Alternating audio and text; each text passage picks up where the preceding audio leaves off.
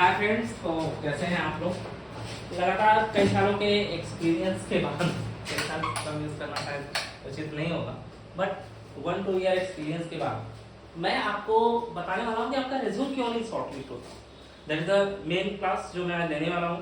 इसके साथ साथ मैं यह भी बताने वाला हूँ कि भाई इंटरव्यू में आप लोग क्या गलतियाँ कर जाते हैं। So let's start. सबसे पहले जो बेसिक मिस्टेक हम करते हैं प्रैक्टिकल स्किल के बेस पे मैं इस चीज को बताने जा रहा हूँ। पहले सबसे पहले हम होते हैं, हमने 12th पास किया 2016 में।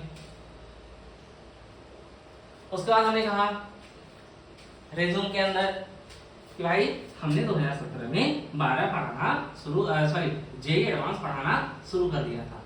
और हमने खुद क्या किया होता है, एमएससी बीएससी एमएससी, वो भी जीएस यूनिवर्सिटी से।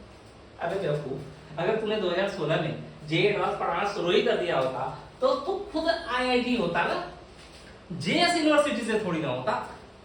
In the case if you started your journey कि भाई 2016 के बाद हमने जेई एडवांस पढ़ाना शुरू कर दिया तो जेएस यूनिवर्सिटी होता, आईआईटी से आपने खुद बीटेक कर लिया होता। नहीं, मेरा मन था लेकिन मैंने 3 बार जेई मेंस दिया था। अबे तो 3 बार जेई मेंस दिया ही क्यों था, और जब दिया तो निकाला क्यों नहीं था। तो सबसे पहला part ever in your life, कभी भी अपने लाइफ में एक चीज याद रखना, कभी यह मत कहना कि आपने 12th से पढ़ाना शुरू कर दिया। नहीं, अगर आपको कहना ही है तो आप कहो कि you just started your journey in NGO. आप एनजीओ में जाते थे और छोटे बच्चों को पढ़ाते थे क्योंकि आपको पढ़ाना अच्छा लगता था। सबसे पहला।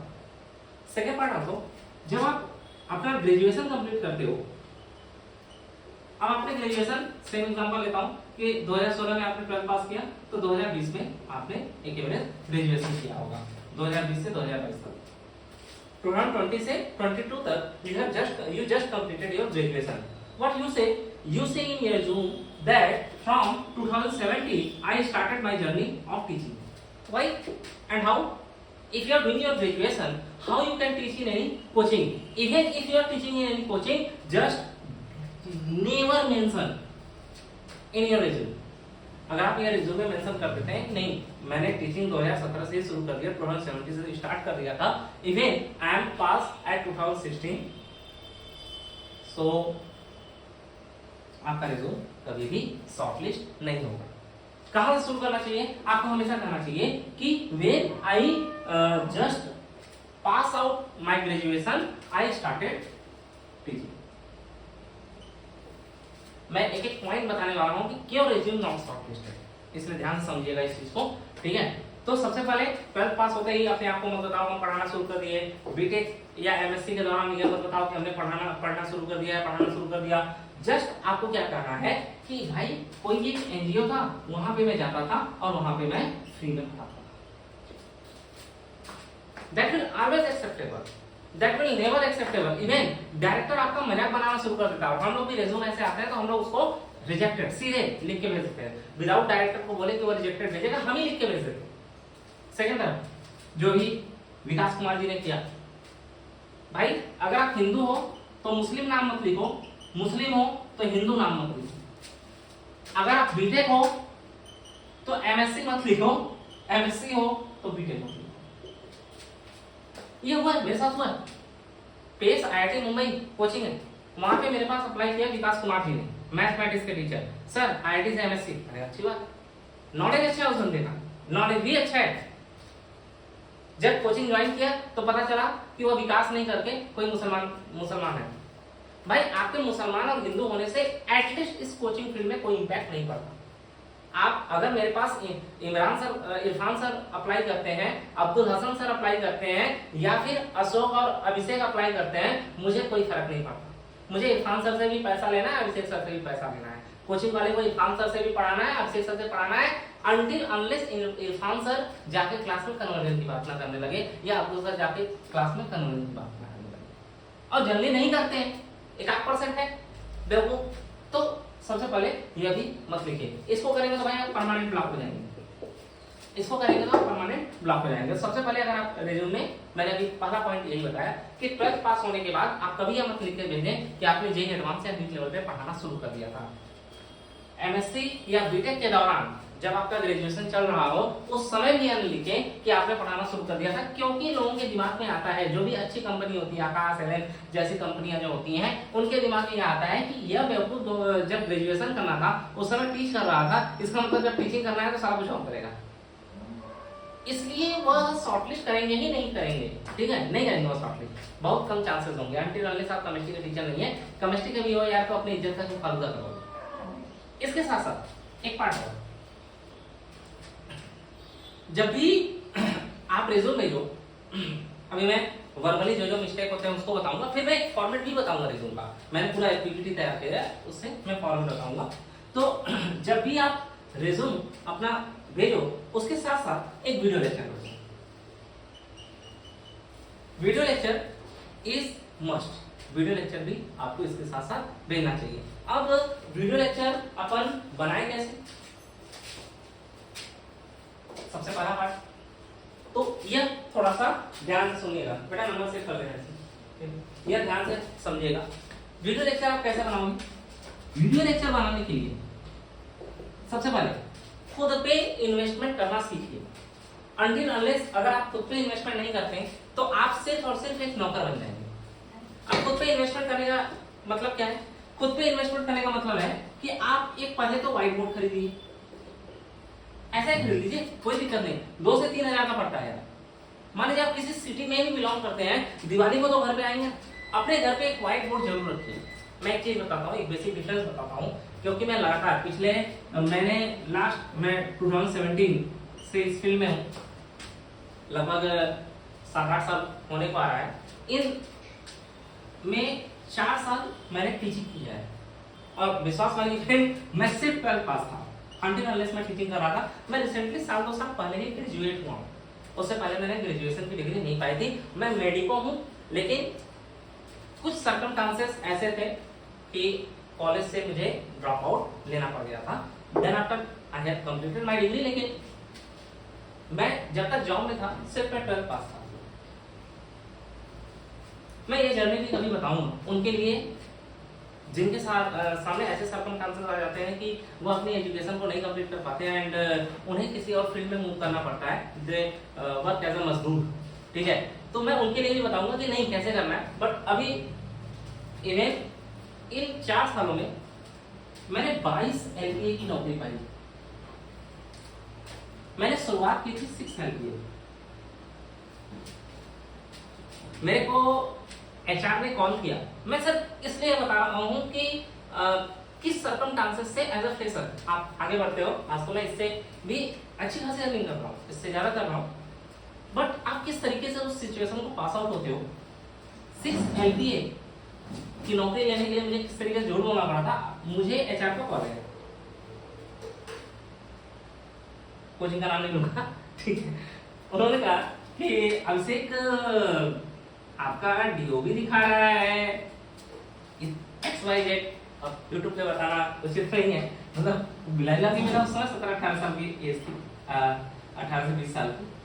बोले ये बताइए कि आपका DOB दिखा रहा है 20 ईयर आधार कार्ड पे, और ग्रेजुएशन आपने क्या पहला होते ही ले लिया था क्या। आई जस्ट स्किप टू कि मैम मेरे गूगल पे और फोन पे XYZ अमाउंट है, 50,000 मैंने ऑफर किया था। अगर आप कहें तो मैं, अगर यही आपका सेम नंबर हो तो मैं डाल दूँ। तो मैं तो फिर आधे घंटे बाद मेरे पास कॉल आया था एंड बोला नहीं नहीं यह नंबर नहीं है, यह नंबर है। सो इसके बाद मुझे यह जॉब मिल गई थी। वंस आप किसी ब्रांड में काम कर लेते हो तो उसके बाद कोई आपसे यह नहीं पूछने जाता कि आपका ग्रेजुएशन क्या था क्या नहीं था। ये जस्ट मैंने आपको बताया कि किस तरीके से हिम्मत की जा सकती है, दैट्स अबाउट मी। बट फिर भी मैं आगे बढ़ता हूँ। मैंने यह इसलिए बताया कि सेल्फ पे आपको खर्चा करना जरूरी है। जितने भी 12th पास हैं जो आपको इस फील्ड में सक्सेस दिखते हैं, चाहे वह अलग पांडे हो, चाहे वह अडानी हो, इन सभी ने अपने ऊपर खर्चा किया। और जितने भी IAS IPS सॉफ्टवेयर इंजीनियर, फलाना डॉक्टर, धमाका डॉक्टर दिखते हैं आपको, जो कि एक अच्छे पैकेज पे हैं, उन्होंने सेल्फ के ऊपर वहां इन्वेस्टमेंट किया ही नहीं जहां पर उनको करना चाहिए। अभी आप क्या कर सकते हो, एक व्हाइट बोर्ड खरीदो, 2-3 हजार रुपया का आएगा। जिस प्रोजेक्टर से मैं पढ़ा रहा हूँ ये 5,000 का प्रोजेक्टर है, अमेजोन पे जाके ले सकते हो। इसके बाद 15 से 20 मिनट की ही वीडियो बनाओ ऑलवेज। ये हमेशा याद रखो कि ये काफी कंपल्सरी है। अगर आप टीचिंग फील्ड में हैं तो you must have this things. Even मैं आईटी सेक्टर को भी प्रोवाइड कर रहा हूँ, सॉफ्टवेयर इंजीनियर भी प्रोवाइड कर रहा हूँ, मैं एमबीए वाले को मार्केटिंग जॉब प्रोवाइड कर रहा हूँ। मैं उनके लिए नहीं बता रहा हूँ सेम चीज, मैं इसके साथ साथ डॉक्टर्स प्रोवाइड कर रहा हूँ। तो marketing person, doctors and software engineers, क्योंकि आप तीनों में मुझे उतना ज़्यादा एक्सपीरियंस नहीं है, फिर भी मैंने 200 से ज़्यादा एमबीए वालों को जॉब दिलवा रखी है। तो आप लोग भी वीडियो बनाएं, लेकिन आपको बोर्ड खरीदने की जरूरत नहीं है। जस्ट वियर द फॉर्मल कपड़ा, और उसके बाद आप एक इंट्रोडक्शन वीडियो बनाएं कि आपकी क्या क्या अचीवमेंट है और क्या क्या नहीं है, और अपने इंट्रोडक्शन को दें, ज़्यादातर इंग्लिश में। और खैर मैं टीचर की बात कर रहा हूँ। तो आपको व्हाइट बोर्ड खरीदना है, 15 से 20 मिनट का वीडियो बनाना है, प्योर फॉर्मल कपड़े पहनने हैं, प्योर फॉर्मल। ऑलवेज रिमेंबर, आपके जो कपड़े होने चाहिए that must be purely formal. आपके फॉर्मल कपड़े होने चाहिए भाई। फॉर्मल कपड़े होने से क्या रहता है कि इम्पैक्ट अच्छा आता है। ज्यादातर मैंने देखा है कि जो यंगस्टर होते हैं, जो आईआईटी से एमएससी या आईआईटी से एमटेक वगैरह करके आते हैं, उनको लगता है कि नहीं मैं जींस पहन के जाऊंगा और अच्छा लगूंगा। ठीक है, आप अच्छा लगेंगे, लेकिन अगर आप प्योर फॉर्मल कपड़े पहन के जाएंगे तो ज्यादा सुटेबल लगेंगे। प्योर फॉर्मल कपड़े पहनिए, एक व्हाइट कोट खरीदिए। इसके बाद आप चाहे मेंस पढ़ाते हो, चाहे कुछ भी पढ़ाते हो, जेई एडवांस लेवल पे, जेई एडवांस लेवल का कोई एक कॉन्सेप्ट पिकअप करें। अगर आप बायो से हैं तो फिर आप मॉलिक्यूलर जेनेटिक्स वगैरह जो सबसे टफ कॉन्सेप्ट है उसको पिकअप कर सकते हैं। लेकिन अगर आप पीसीएम ग्रुप से हैं तो जेई एडवांस लेवल का सिस्टम पिकअप करें, कोई भी एक कॉन्सेप्ट पिकअप करें। अगर आपकी राइटिंग मेरी जैसी नहीं है, मतलब बेहुदा नहीं है, मेरी राइटिंग बेहुदा है, ठीक है, अगर आपका राइटिंग अच्छा है, बेहुदा नहीं है, तो ऐसे कंडीशन में खुद से लिखें। और अगर आपकी राइटिंग बेहुदा है, अच्छा नहीं है, तो अपने घर में किसी सिस्टर को पकड़ ले, किसी भाई को पकड़ ले। जनरली जो सिस्टर लोग होती हैं, आपकी भांजी वगैरह होंगी, उनकी राइटिंग अच्छी होगी, उससे लिखवा लें, और लिखवाने के बाद उस चीज को एक्सप्लेन करें। क्योंकि क्लास में आने के बाद जब आप क्लास में एंट्री लोगे, तो क्लास में एंट्री के बाद बच्चे को राइटिंग का इम्पैक्ट पड़ता है, लेकिन उतना ज्यादा नहीं पड़ेगा। अगर आपकी पर्सनालिटी ऐसी है कि वह राइटिंग को ओवरकम कर सके, तो you are the success in teaching field. लेकिन अगर उसमें गड़बड़ी है तो भाई कुछ नहीं कर सकते। बट जो डायरेक्टर है ना, उसको राइटिंग देखना होता है, उसको बोर्ड प्रेजेंटेशन देखना होता है। तो सबसे पहले मैंने बोला कि भाई एक व्हाइट बोर्ड 2-3 हजार का खरीद लो। इसके बाद एक प्योर फॉर्मल कपड़े, मैं जनरली रेमंड के पहना करता था, आप किसी का भी देख सकते हैं, अब नहीं पहनना पड़ता, क्योंकि चाहे सॉफ्टवेयर इंजीनियर हो, डॉक्टर हो, टीचर हो, कोई भी हो, मेरे कपड़ों से उनको कोई फर्क नहीं पड़ता। उनको बस अपने जॉब से फर्क पड़ता है, मुझे मेरे पैसे से फर्क पड़ता है। तो आपने देखा भी होगा यूट्यूब पे ऐसे कपड़े जिसको लोग पहन के अपने गेस्ट के सामने तक ना आए, मैंने ऐसे ऐसे कपड़ों पे वीडियो बना रखे हैं। लेकिन आप ऐसा मत करना भाई, आपको बस आपका प्रोफेशनल लाइफ है, मेरा सभी के साथ पर्सनल लाइफ है। इवन 90% मेरे पर्सनल लोग ही देख रहे हैं मुझे। तो प्योर फॉर्मल कपड़े पहनो, जेई एडवांस का रहना चाहिए। और जब आपकी जो स्पीच हो वह थोड़ा सा इस तरह से हो, प्रेजेंटेशन थोड़ा सा इस तरीके से हो कि आप बच्चों से रिपीट करवा रहे हैं। जैसे आप बोला F = ma, मास इतना, ए एक्सीलरेशन, हाँ बच्चा बोलो मास हियर, ए एक्सीलरेशन हियर। इस टाइप से जो फ्रेशर लोग हैं उनको वीडियो लेक्चर क्रिएट करना चाहिए। फॉर्मल कपड़े हो, व्हाइट बोर्ड पे हो, 15 से 20 मिनट से ज्यादा ना हो। इसके साथ साथ आपका जो राइटिंग हो वह काफी अच्छा हो, वे ऑफ प्रेजेंटेशन जो है वह बेटर हो। 70% इंग्लिश के टर्म यूज कर रहे हूं। और अगर आपका एसेंट बिहारी है, जैसे मेरा भी कुछ बिहारी एसेंट रहता है, तो ऐसे कंडीशन में आप संभल कर बोले, फास्ट ना बोल करके स्लोली बोले, क्योंकि ओवरऑल वीडियो लेक्चर पे बहुत सारी चीजें डिसाइड करती है। तो ये हो गया सेकेंड पार्ट। तो मैंने अभी तक आपको 2 पार्ट के बारे में बताया। सबसे पहला तो यही था कि 12th पास है या बीटेक है तो during the graduation time never mention कि आप वर्कआउट कर रहे थे। अगर मेंशन करते भी हैं तो आप एनजीओ वर्कआउट लिखें। और सेकेंडली अगर आप बीटेक के दौरान भी है तो उस समय भी कभी इस चीज को मेंशन ना करें, उससे आपके सीवी पे इंपैक्ट पड़ता है। अगर आप बीडीएम, बिजनेस डेवलपमेंटल जो लोग होते हैं, या फिर टेलीकॉलर, ये लोग अगर अप्लाई कर रहे हैं तो ये सपोज आप ग्रेजुएशन के टाइम पे अपना वर्कआउट लिखें, लेकिन आप उसको लिखें फील्ड एक्सपीरियंस। जितने भी एमबीए वाले हैं वो ज्यादा फोकस करें इस पे, या बीबीए वाले हैं कि आपको फील्ड एक्सपीरियंस लिखना है। आपको ग्रेजुएशन के दौरान यह नहीं लिखना है कि आप डायरेक्ट बीडीएम पे काम कर रहे थे, क्योंकि डायरेक्ट बीडीएम पे आप काम कर ही नहीं सकते। आप किस तरीके से बिजनेस डेवलपमेंट पे डायरेक्ट काम कर सकते हैं अगर आपको पता ही नहीं कि फील्ड वर्क क्या होता है, आप सेल्स एग्जीक्यूटिव कैसे बन सकते हो।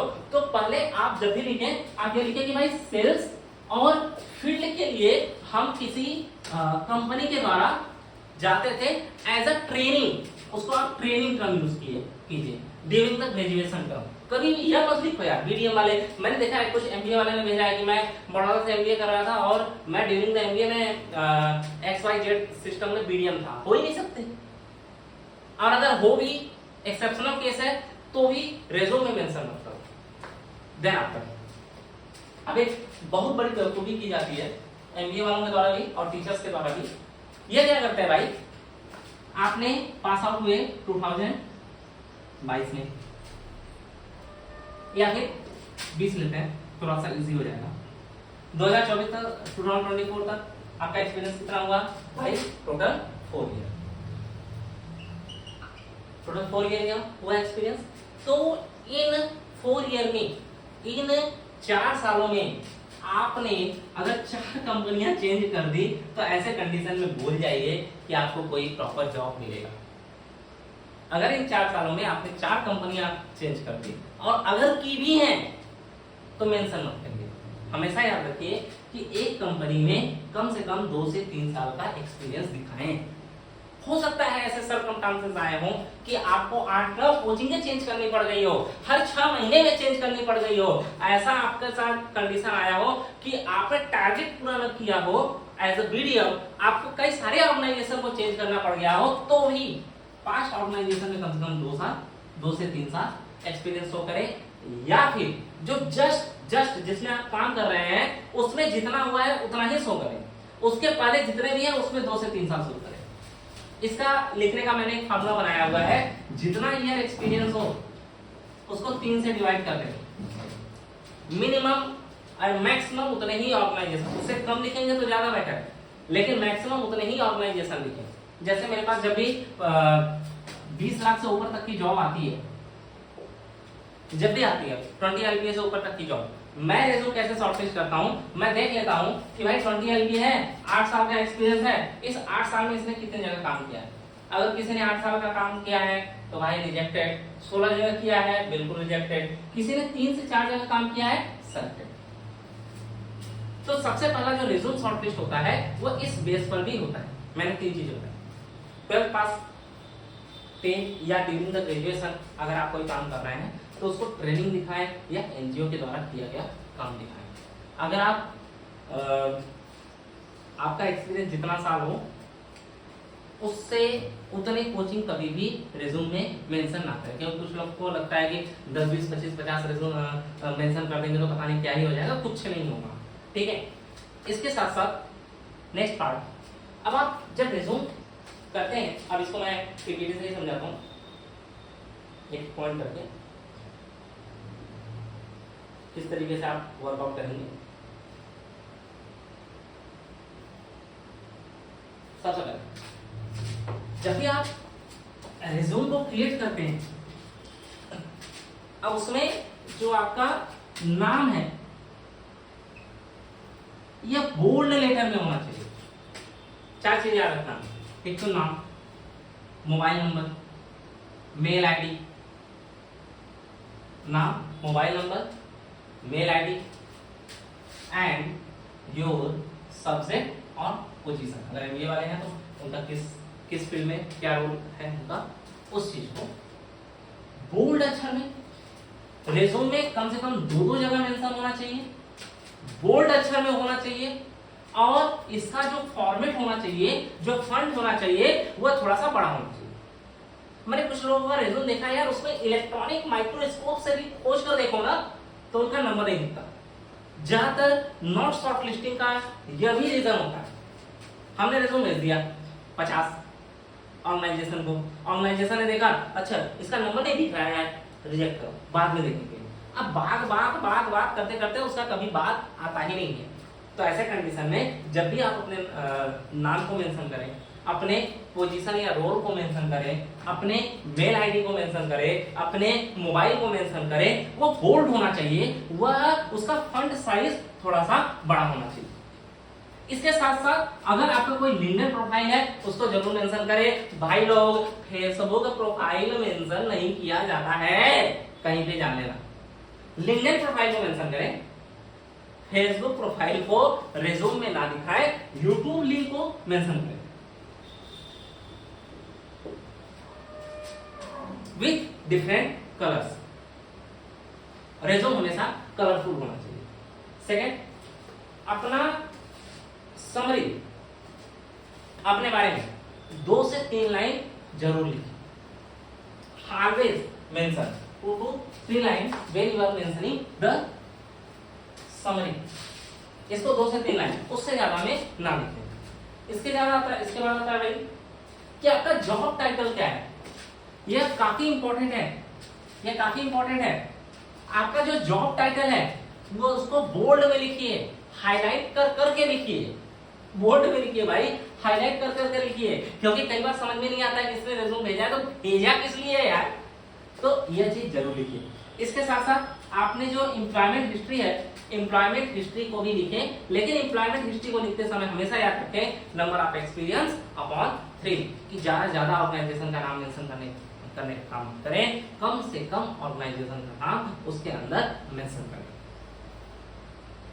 अगर आप शुरुआत में स्कूल में पढ़ाते थे और आप कोचिंग फील्ड में एंट्री कर रहे हैं तो ऐसे कंडीशन में स्कूल का नाम मेंशन ना करें, क्योंकि स्कूल और कोचिंग में काफी ज्यादा डिफरेंसेस होते हैं। स्कूल के टीचर पूरी जिंदगी सिर्फ और सिर्फ यही सीखते रह जाते हैं कि बच्चा मोजा पहन के आया है कि नहीं, बच्चा टाई पहन के आया है नहीं, बच्चे का अटेंडेंस है नहीं। वो भी बेचारे क्या करें, 35 से 45 मिनट की क्लास मिलती है, इस 45 मिनट में तो 15 मिनट उनका डिसिप्लिन मेंटेन करने में जाता है, 20 मिनट में क्या घंटा पढ़ाएंगे। इसीलिए हम लोग पढ़ा रहे हैं, जो हम कोचिंग वाले हैं हम लोग पढ़ा रहे हैं और स्कूल वाले डिसिप्लिन मेंशन कर रहे हैं। तो ऑलवेज डू मेंशन, हमेशा मेंशन करिए कि आप कहाँ थे, और इसमें कई सारी चीजें छुपाइए। मैं ये नहीं कह रहा हूं कि झूठ बोलिए, मैं ये कह रहा हूं कि कई सारी चीजों को छुपा के रखिए। देन आफ्टर आप क्या क्या रिस्पॉन्सिबिलिटी लेते थे, और अगर आपने कोई रैंक दिया है उसको जरूर मेंशन करें, ना दिया हो तो भी किसी न किसी एक दो रैंक को, एक दो बंदों को सेट करके रखे भाई, इससे जॉब मिलने का चांस ज्यादा होता है। अगर आपने रैंक दिया तो अच्छी बात है, नहीं दिया तो भी मेंशन करके रखे। और ये नहीं भाई, हमारे यहाँ कश्यप सर हैं, उन्होंने मेंशन कर दिया था कि फर्स्ट रैंक तक मैंने ही पढ़ाया है, और उनका 2022 में ग्रेजुएशन कंप्लीट हुआ था और 2020 का वो फर्स्ट रैंक तक पढ़ा चुके हैं। तो इस टाइप का भी मेंशन मत कीजिएगा, ठीक है। उसके साथ साथ आपकी जो इंक्रीमेंट हो सकती है, आपकी जो भी इंक्रीमेंट हो सकती है वो हमेशा, यहाँ पे तो 20% ही लिखा है, बट आई मेंशन की 20 से 30% का इंक्रीमेंट हमेशा पॉसिबल होता है। 20 to 30% का इंक्रीमेंट हमेशा हो सकता है। तो अब क्या है भाई, 30% से ऊपर भी अप्लाई मत कीजिए ना। अब अगर आपका सैलरी 50,000 है तो ऑलवेज रिमेंबर कि 70,000 तक अप्लाई करें। एक बार 70 पे पहुंच जाए तब 1 लाख पे जाए। मैं भी 2 वीडियो और बनाना चाहता हूँ, अगर आपका कमेंट रहा तो मैं बनाऊंगा जरूर। एक तो इंटरव्यू का सेक्शन, और दूसरा सैलरी को लगातार इंक्रीज कैसे किया जाए। ऐसे एक वीडियो मैंने बना रखा है ऑलरेडी, इस पे आप यूट्यूब पे चैनल पे जाके देख सकते हैं, how to start the coaching and how to start the career in coaching. इसके साथ साथ किस तरीके से आप अपने सैलरी को इंक्रीमेंट कर सकते हैं, यह भी मैंने बना रखा है। लेकिन अगर इंटरव्यू को फेस करना हो और डेमो को फेस करना हो तो कैसे फेस करते हैं, इस पे अगर वीडियो चाहते हैं आप कमेंट करेंगे तो मैं जरूर बना के दूंगा इस पे। बट अभी जो हाइक आप हमेशा रखें वो 20 से 30% का ही हाइक रखें, उससे ज्यादा का हाइक नहीं होता है। 20 से 30% का हाइक कभी भी नहीं हो सकता, 30% से ज्यादा का हाइक कभी भी नहीं हो सकता। लेकिन अब एक चीज समझिए, मान लीजिए अगर आप 50,000 पा रहे हैं, अक्टूबर नवंबर का महीना है, अब पीडब्ल्यू के टीचरों के साथ पिछले साल ऐसा हुआ था। मैं ऑर्गेनाइजेशन का नाम लेकर इसलिए बता रहा हूँ क्योंकि ठीक है, थोड़ा क्रेडिबिलिटी बने रहे, आप सभी जानते हैं मार्केट में। पीडब्ल्यू सर, मैं ऐसा कुछ नहीं अलग पांडे सर कि आपके बारे में कोई बुराई कर रहा हूँ, मैं जस्ट टीचरों की बात कर रहा हूँ कि कुछ टीचर गलत रूट से 50,000 पा रहे थे और 18 लाख पे पहुंचे। अब गलत रूट मतलब हम ही लोग रूट होते हैं और कौन होता है, ठीक है, बट मेरा कोई हाथ नहीं था इसमें। 18 लाख पे पहुंच गए। अब 18 लाख पे पहुंचने के बाद 50,000 वाले का जो एक्सपीरियंस होता है, जो पढ़ाने का तरीका होता है, 18 लाख वाले का एक्सपीरियंस और पढ़ाने का तरीका दोनों अलग अलग होता है, तो उनका जो है उतना अच्छा फीडबैक नहीं आता, या फिर वेरियस रीजन की वजह से पीडब्ल्यू ने इनको फायर कर दिया। अब फायर होने के बाद ये प्राणी क्या करते हैं कि यह अब 20 से 25 लाख रुपए की नौकरी सर्च कर रहे होते हैं। अब अगर आप तो होते ही 25 लाख लाए तो पीडब्ल्यू आपको फायर करता। कुछ लोगों को जनरली फायर किया है, वो 25 लाख वाले थे फायर किया है, मैं उनकी बात नहीं कर रहा। तो अब ये क्या किए, ये 3 से 4 महीने वेट किए। भाई तुम 50,000 में थे, 18 लाख पे चले गए, अब तुमको 3-4 महीने तक वेट किए, सारी कंसल्टेंसी को कॉल कर लिए, लेकिन कंसल्टेंसी को भी पता होता है। अब मेरे जैसा कोई मुंहफट है तो बोल देता है मुंह पे, बाकी लोग बोल नहीं पाते। तो अब फाइनली ये फिर से उसी 7-8 लाख में गए। जब 3-4 महीने इनकी नौकरी नहीं रही तो इनको ये चीज समझ में आया। तो हमेशा 20 से 30% का ग्रोथ लें, लेकिन फास्ट लें। 6 महीने, 8 महीने, 10 महीने पे ले लें। सर एक तरफ आप बोल रहे हो कि 8 महीने पे ले लें, दूसरा आप बोल रहे हो 3 साल कम से कम एक्सपीरियंस दिखाए। अरे तो दादा पिछले वाले में दिखाओ ना 3 साल एक्सपीरियंस, ठीक है। अगर सैलरी बढ़ाना हो तो आपको कुछ बातें छुपाना पड़ेगा ही पड़ेगा। उसके बाद जो डिग्री है उसको प्रॉपर मेंशन करें। अगर आपने बीटेक के साथ साथ एमएससी भी किया है तो कोचिंग फील्ड में एमएससी का मेंशन ना करें। अगर आप स्कूल में अप्लाई कर रहे हैं तो स्कूल में बीटेक का मेंशन ना करें। दोनों चीजें, अगर स्कूल के लिए अप्लाई कर रहे हैं तो स्कूल में बीटेक का मेंशन ना करें, और अगर कोचिंग के लिए अप्लाई कर रहे हैं तो कोचिंग में एमएससी का मेंशन ना करें। यह आपके लिए ज्यादा बेटर हो पाएगा, ठीक है। इसके अलावा आप अपनी, अगर आप 23 साल की एज के हैं या उससे कम है, या फिर 50 साल की एज से ज्यादा है, तो ऑलवेज रिमेंबर अपना DOB मेंशन ना करें। फिर से मैं बोल रहा हूं, अगर आप 23 साल से कम है, 50 साल से ज्यादा है, तो अपना DOB मेंशन ना करें। MBA वाले के लिए सेम एज, MBA वालों के लिए भी सेम एज है। अगर आप 23 साल से कम हैं, अगर आप 50 साल से ज्यादा हैं, तो अपनी एज को मेंशन ना करें, क्योंकि आपको प्रेफरेंस नहीं दिया जाता है। सर पूछ लेंगे तो क्या, बताता हूं। अगर आपकी औकात है पढ़ाने या मार्केट में काम करने की, तो आपके प्रोसेस होने के बाद, क्लास में जाने के बाद, आपका आधार कार्ड लेकर अगर कोई एज पता भी करता है तो भी घंटा ना फर्क पड़ता है, अगर आपके अंदर आग अभी भी जिंदा है तो। सेम यहाँ पर, अगर बेटा आग तो तुम्हारे अंदर जिंदा रहेगा ही रहेगा, क्योंकि टेस्टोस्टेरोन और एस्ट्रोजन की कमी तो है नहीं इस एज में। एंड्रोजन भर भर के टेस्टोस्टेरोन तुम्हारे बॉडी में घूम रहा है। लेकिन अगर सच में नॉलेज है, सच में पढ़ाने का मेथड है, तो बेटा एक बार आपको, ऑब्वियसली अब मैं इसको बेटा कह सकता हूँ, 2-3 साल बड़ा हो गया 23 साल से, तो आपको आपके नॉलेज और पढ़ाने का मेथड अगर अच्छा है तो ऐसे कंडीशन में आप, तो आपकी एज जानने के बाद कोई भी आपका कुछ नहीं उठा सकता। लेकिन अगर आपका एज पहले ही जान गया कि आप 23 साल से कम या 50 साल से ज्यादा हैं, तो कोचिंग वाला आपकी हाथ जोड़ के टाटा बाय बाय खत्म कर देगा। इसलिए अगर आपकी एज 23 से कम और 50 से ज्यादा है, तो ऐसे कंडीशन में अपने एज को मेंशन न करें। ठीक, इसके साथ साथ एक और काम,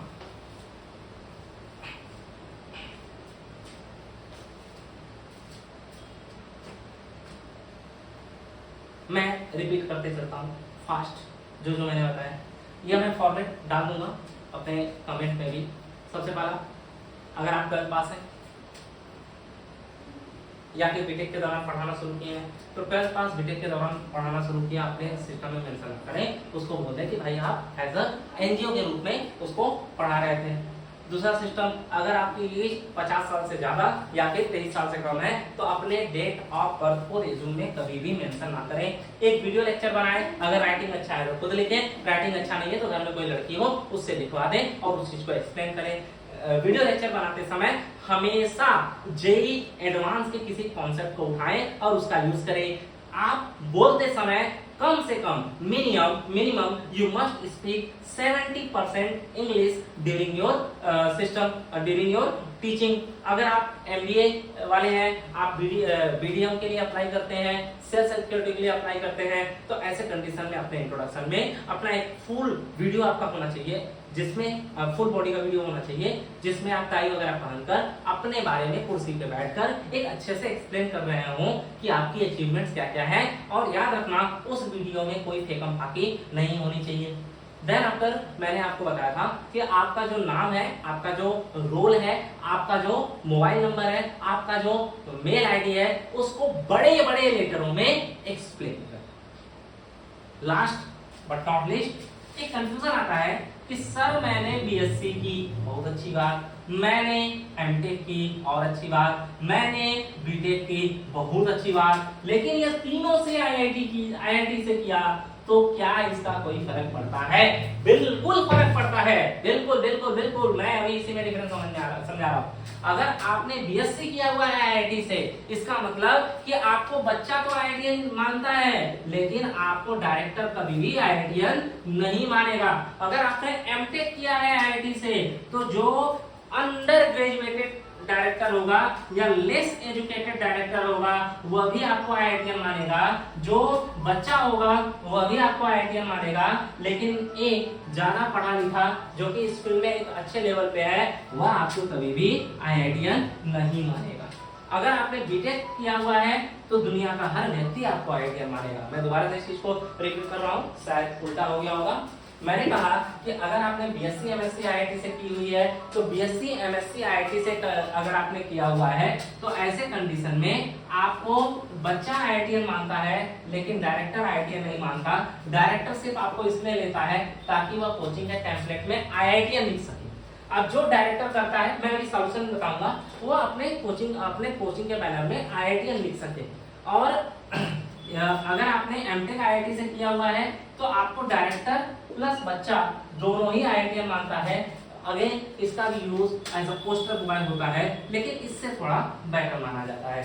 अगर आपने बीटेक आईआईटी से किया है, तो आपको पूरा संसार आईआईटीएन मानता है।